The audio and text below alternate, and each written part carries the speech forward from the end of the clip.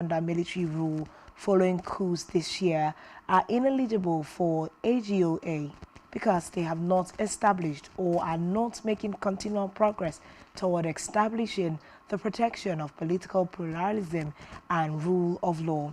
He also said that the removal of the CAR and Uganda from the program was due to gross violations of internationally recognized human rights by their governments.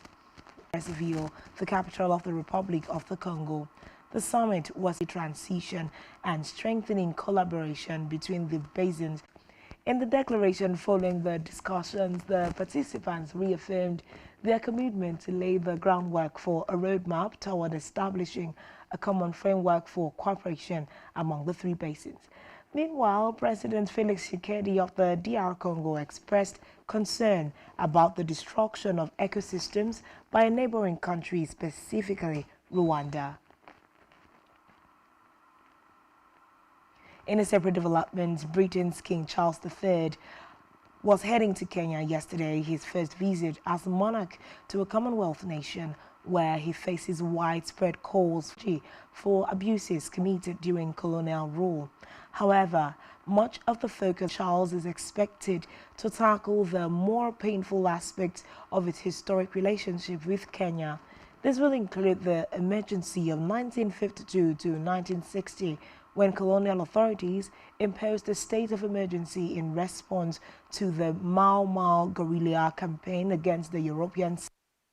Reports say about 10,000 people, mainly from the Kikuyu tribe, were killed during the crackdown. The royal visit comes as Kenya prepares to celebrate 60 years of independence in December.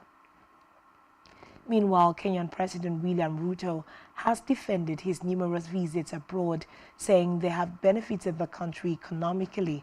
Ruto has been criticized for having made the highest number of foreign trips in a year compared to any of his predecessors.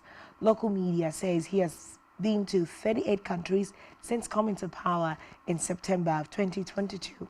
But in an address, Ruto said that through the trips, he had been able to secure jobs for Kenyans and back several bilateral deals aimed at opening up markets for local produce. The president said he secured 350,000 jobs and investment opportunities for Kenyans during recent visits to Saudi Arabia and China. Some other countries Ruto recently visited include Congo Brazzaville, Belgium, Comoros, Netherlands, and the United Kingdom. The president announced that he had slashed the executive's travel budget by $73 million. Moving away from that, Ghana's National Security Ministry has defended